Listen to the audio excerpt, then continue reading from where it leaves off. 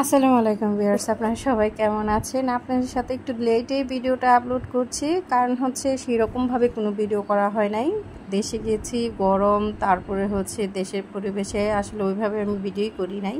তো দেশে যাওয়ার জন্য কাপড় চোপড় কিছু মালসাবানা গুছিয়ে নিচ্ছি, কারণ হচ্ছে আমার বড় মেয়ে রেডি হয়ে বসে আছে, আমি এখানে বরকা পরবো এর জন্য বসে আছি আর কি। তো আস্তে আস্তে সবাই রেডি হচ্ছে, সব এখন বের হয়ে যাব। তো রাস্তায় কী রকম যায় ওগুলো আর দেখালাম না, যেহেতু আমাদের বাড়িটা একটু কাছের রাস্তা, কিন্তু ভেঙে ভেঙে যেতে হয়, এই হচ্ছে কাহিনী। তো সব গুছিয়ে নিয়েছি, এখানে বাচ্চাদের 2টা ব্যাগ, তারপরে হচ্ছে আমাদের কিছু প্রয়োজনীয় জিনিসপত্র, যেহেতু আমার বাড়িতে যে আমি আমার বাড়িতেই রান্নাবান্না করে খাই, আমি অন্যকের ঘরে খাই না। কারণ হচ্ছে যেহেতু নিজের বাড়িতে যাব, সেখানে মেহমানের মতো আসে যে ঈদ করা আমার পছন্দ না, আর তারপর হচ্ছে আরেকজনের উপরে প্যারা দেওয়াটা তো আরও পছন্দ না। তো আমরা যেদিন এসেছি, আসার পরে বিকালের দিকে আমরা খেয়াল করলাম আমাদের বাড়ির কাছে, খুব কাছে, মুড়ি ভাজার এরকম একটি মানে কি বলবো মেশিন দেওয়া হয়েছে। তো আমরা এখানে দেখতে এসেছি আর বললাম যে আমাদের কিছু মুড়ি ভেজে দেওয়া যাবে কিনা। তো খুবই ভালো লাগলো। তো ওনারা বললো আপনার নির্মে 3 কেজির মতো ভাজতে হবে। তো আমরা এখানে দাঁড়িয়ে থেকে মুড়ি ভেজে নিয়ে তারপর বাড়িতে যাচ্ছি।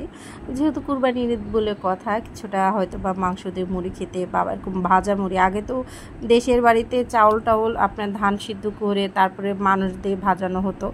এখন সবাই কিন্তু খুবই আলসি হয়ে গেছে, কেউ আর এই ঝামেলায় যেতে চায় না। এর জন্য একটি গ্রামের প্রায় আশেপাশের চারোদিকে এরকম মেশিন বসানো হয়েছে, যারা নিজেরা চাউল বাসায় রেডি করে, তারা এইভাবে এনে দেয়, আবার কিনেও পাওয়া যায়। তো আমরা যেহেতু নিজেরা চাউল রেডি করি নাই, সেই ক্ষেত্রে আমরা আসলাম। ওনাদের অনেক চাপ, ওনারা রাত 12টা-1টা পর্যন্ত কাজ করবে। তো আমরা গেলাম, যেহেতু আমরা রিকোয়েস্ট করলাম যে আমরা তো আজকে এসেছি, ওনাদের নাকি আগে দিয়ে রাখতে হয়। তো আমরা বলাতে ওনারা বললো ঠিক আছে, একটু দাঁড়ান, আমরা আপনাদের ভেজে দিচ্ছি। তো এখানে আমি গুড় নিয়ে এসেছিলাম, তো সেই গুড় দিয়ে গরম গরম মুড়ি ভাজা তারপরে খাচ্ছি।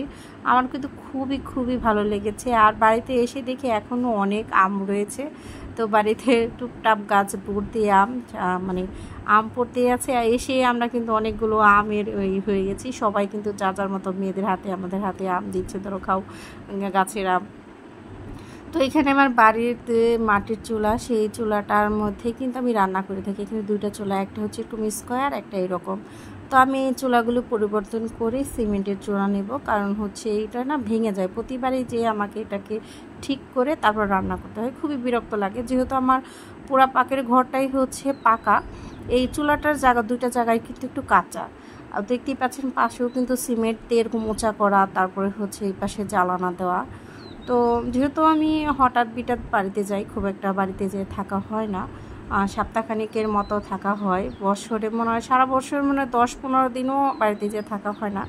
তারপরেও আমি আবার একটা মানুষ আছে না, কিছু মানুষ আছে পরের জিনিসে আমার ভালো লাগে না। আমি যা করি নিজের, এইটা হচ্ছে আমার ঘর, আর এই হচ্ছে আমাদের আরেক সাইডে, ওটা আমার ভিতর, মানে আমার বাড়িটা হচ্ছে এক সাইড করে। তো আমি রাস্তার সাথে বাড়ি দেখে আমার বাড়ির চারপাশে বাউন্ডারি করা, আর এইটা হচ্ছে ভিতরের সাইড। তো ভিতরের সাইডে দেখতে পাচ্ছেন এখানে খাসি জবাই দেওয়া হয়েছে, সেটাকে কাটা সেলা করা হচ্ছে। তো এইভাবেই আজকের এই বছরের ঈদটা কিন্তু আমরা এইভাবেই কাটালাম। খুব একটা আমি ভিডিও করি নাই, যেহেতু সব পারিবারিক লোক, তাদের আসলে আমি ওইভাবে ভিডিওতে ক্যাপচার করতে চাই নাই, এর জন্য আমি খুব একটা ভিডিও করি না। কারণ হচ্ছে বাড়িতে গেলে না সবাই একটা অন্যরকম ফিলিংসে দেখে যে ভিডিও করো না, ওই জন্য খুব একটা ভিডিও করি নাই। তো এই বাড়িতে যেয়ে এবার আসলে অনেক ঝামেলার মধ্যে ছিলাম, এর জন্য সেই রকম আমি ভিডিওই করি নাই। তো এই একটুখানি ভিডিও ঈদের দিনের, তো কি বললাম সেটাও একটু দেখাতে চেয়েছিলাম, কি কারণটা যেন সেটাও হয় নাই। বাসায় আবার এসে আমরা দেশে থেকে কাঁঠাল নিয়ে এসেছে ওরা বাবা, কাঁঠাল, তারপর হচ্ছে আম, মুড়ি সবই এনেছে। তো সেগুলো রেখেছি। আসলে বাড়িতে থেকে আসলে, এক বাড়িতে থেকে আসলে আরেক বাড়িতেও অনেক কাজ থাকে, আবার ওই বাড়িটা যখন আমরা রেখে আসি তখন আমাদের অনেক কাজ থাকে, টয়লেট পরিষ্কার করে রেখে আসতে হয়, যেহেতু আমার ওইখানেও টাইলস করা টয়লেট যেহেতু, আর আমার ওদিকে পানিতে আয়রন থাকে, তো সব পরিষ্কার করে রাখতে হয়, বেসিন টেসিন সব পরিষ্কার করে থালাবাটি ধুয়ে, এমনকি গ্যাসের চুলাটা পর্যন্ত আমার ধুয়ে পরিষ্কার করে, তারপরে বিছানা টিছানা চাদর টাদর, তারপর হচ্ছে সোফা আছে, সোফার কভার টভার সব ভিতরে রেখে তারপরে তালা পেরে আসতে হয়, যেহেতু খালি ঘরে কেউ থাকে না। এর জন্য বাইরে রাখলে সেটা নোংরা হয়ে যাবে, আবার আমার যে ওটা পরিষ্কার করে ব্যবহার করতে হবে, এর জন্য আমি সব ভিতরে রেখে আসি। তো এরকম অনেক চাপের কারণে আসলে ভিডিও করার কথা তো মাথায় থাকে না। যাই হোক, তারপরও সব মিলে এক জায়গায় করে দিলাম যে দেশে গিয়েছিলাম, ঈদ করেছি, আবার দেশে থেকে ঘুরে এসেছি, এটির সাথে এরকম সুন্দর একটি কাঁঠাল নিয়ে এসেছি, যা রোয়া খেতে মাশাআল্লাহ অনেক ভালো, আপনারা দেখতে পাবেন। আমরা যখন ভাঙবো এত সুন্দর রোয়া হয়েছিল কাঁঠালটায়। তো আমার শ্বশুরবাড়ি, চাচা শ্বশুরবাড়ি, চাচতো চাচা শ্বশুরবাড়ি, আমরা 4টা বাড়ি একসাথে, তো দেখা যায় অনেক আম কাঁঠাল থাকে। এখানে 2টা কাঁঠাল আনা হয়েছে, একটা ভাঙা হয়েছে, আর একটা হয়তো পাকলে ভাঙবো। তো এইটা ভেঙে কিন্তু আমার কাছে খুব ভালো লেগেছে। আমি কিন্তু নরম কাঁঠাল খেতে পারি না, তো এর জন্য আমার অনেক ভালো হয়েছে। আমি এই ধরনের কাঁঠাল পছন্দ করি। যাই হোক, মাশাআল্লাহ, বিসমিল্লাহির রহমানির রহিমকে মুখে তুলে খুব ভালো লেগেছিল। তো আপনাদের সাথে শেয়ার করলাম, খুবই অগোছানো হয়তো বা ভিডিওটা, কিন্তু দেখলে বুঝবেন যারা 2টা বাড়ির সাফারে থাকেন তারা কিন্তু জানেন কি কষ্ট। এই বাড়ি থেকে ওই বাড়িতে যেয়ে যখন পরিষ্কার করা লাগে, 2 দিন তো পরিষ্কার করতে চলে যায়, আবার আসার 2 দিন আগে থেকে পরিষ্কার করতে হয়। তো এই কারণে ওইভাবে আমি ভিডিও করি নাই। তো নেক্সট টাইমে অবশ্যই আপনাদের ভিডিও করে দেখাবো কেমন আমার বাড়ি, দেশের বাড়িটা কেমন। তো যাই হোক, এইবার আসলে কি কারণে জানি না, ভিডিও করার ইচ্ছা ছিল অনেক, কিন্তু আমি করতে পারিনি।